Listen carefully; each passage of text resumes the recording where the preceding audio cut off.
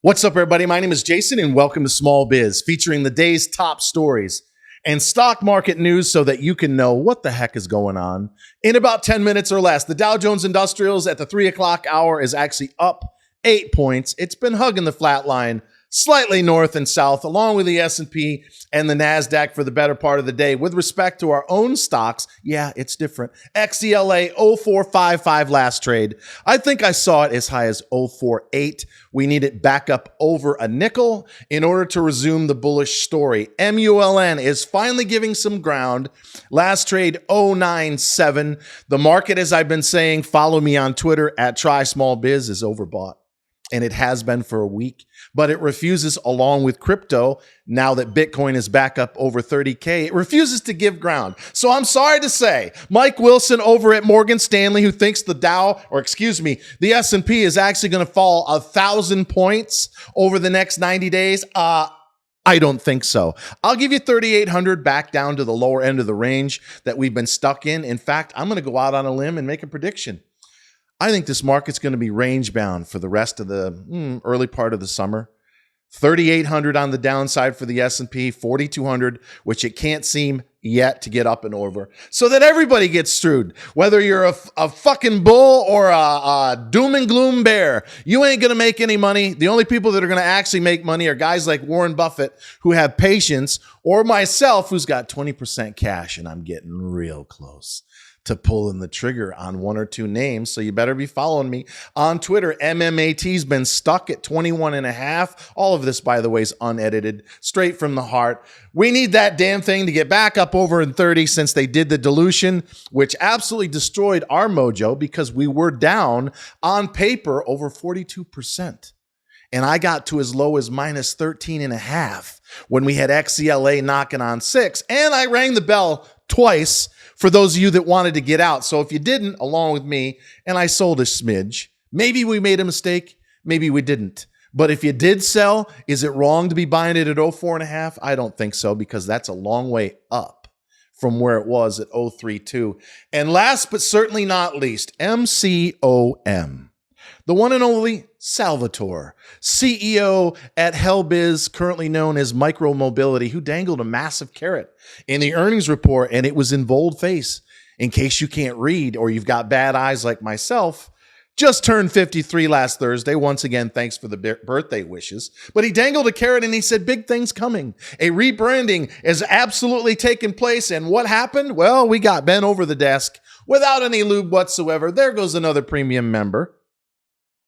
And it was in and all the way up because the stock is now down actually 69%. But once again, we had a scenario this morning where it was all the way up to $1.95. And then suddenly, out of nowhere, a familiar face or a familiar theme appears, and it's timber.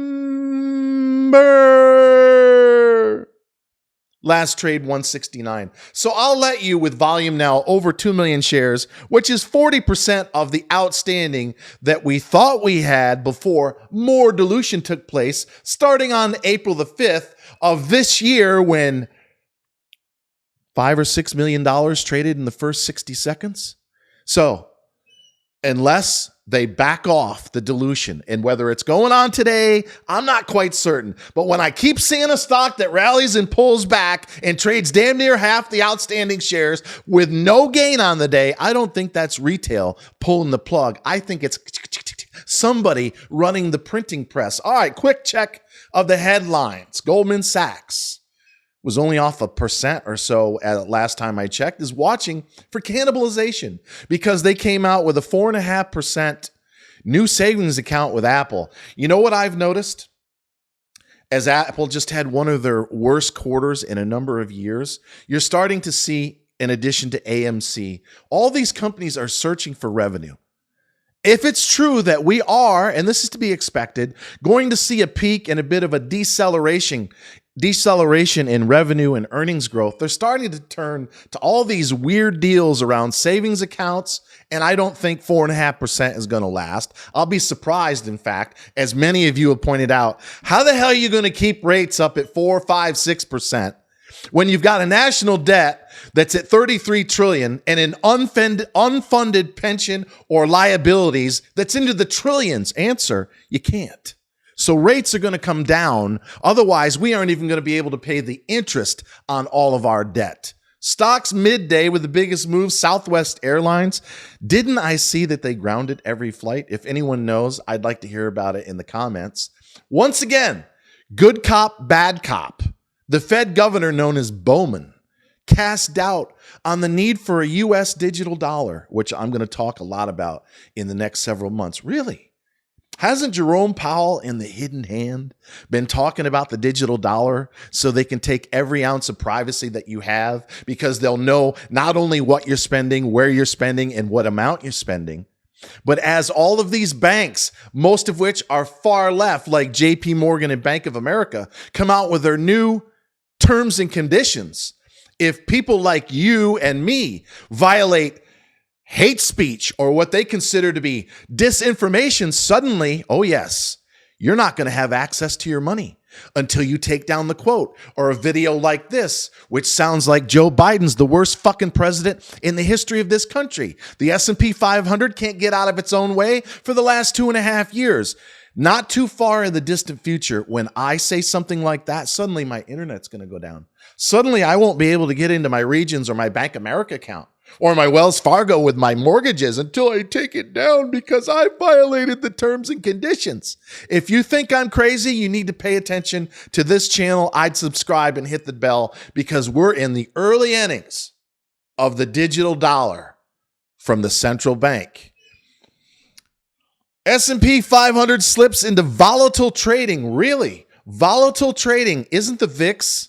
I see it's up a little at 17 and small change. Isn't it at an 18-month low? There is no volatility. It's like you're taking a nap in the middle of the summer, and we're not even out of April yet. So I beg to differ with the clickbait headlines currently on CNBC. The FDA authorizes Omicron COVID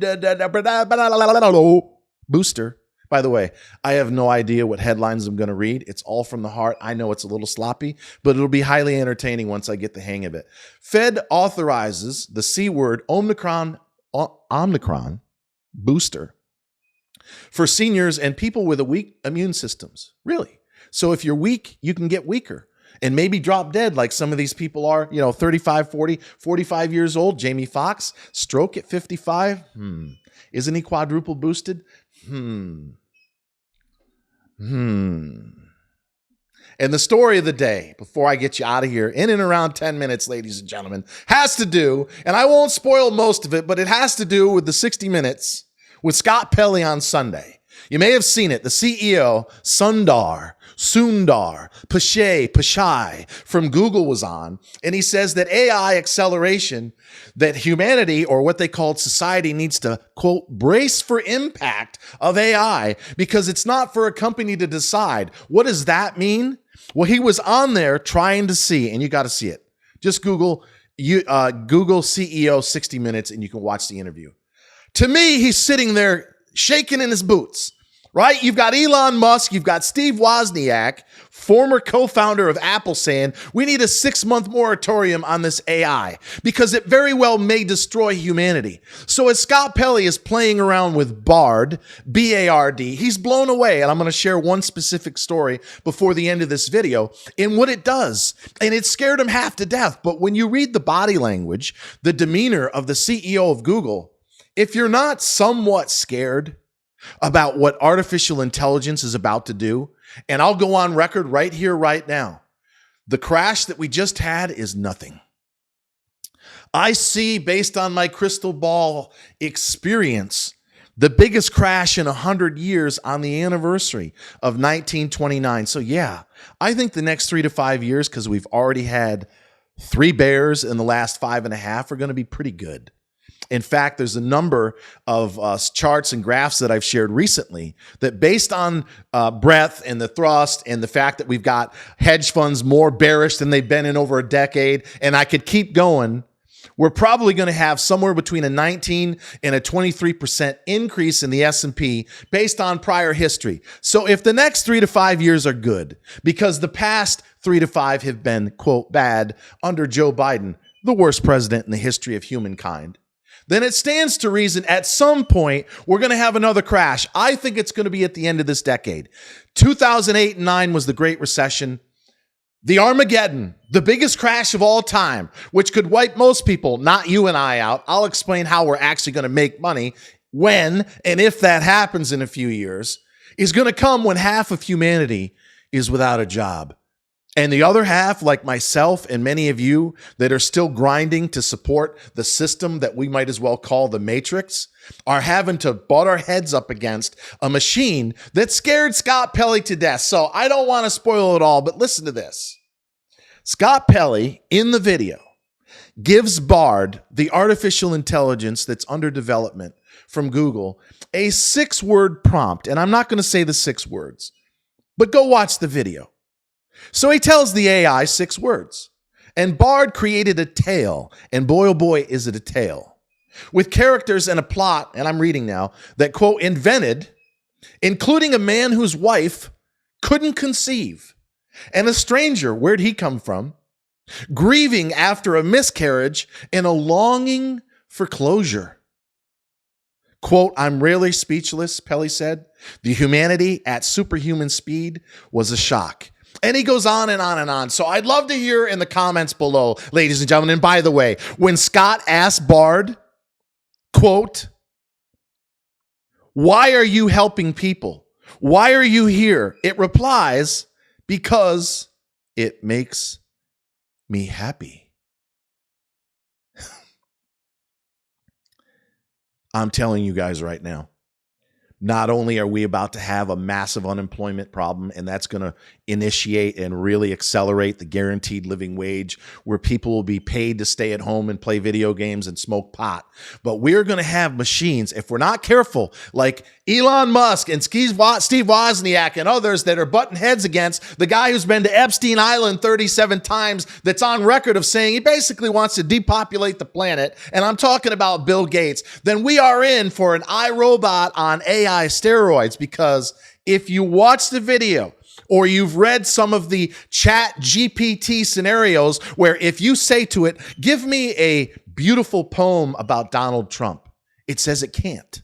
It's unable to do so. You give the same command about Joe Biden and it rattles off this airy-fairy flowers and fucking milk and honey bullshit. I'm telling you right now, this is among the scariest and quite possibly the most revolutionary technology since the advent of the telephone and the computer. And of course, the internet, which was invented by Al Gore. Until next time, ladies and gentlemen, I'll get the handing of this. Always remember that I love you, and thank you so much for watching.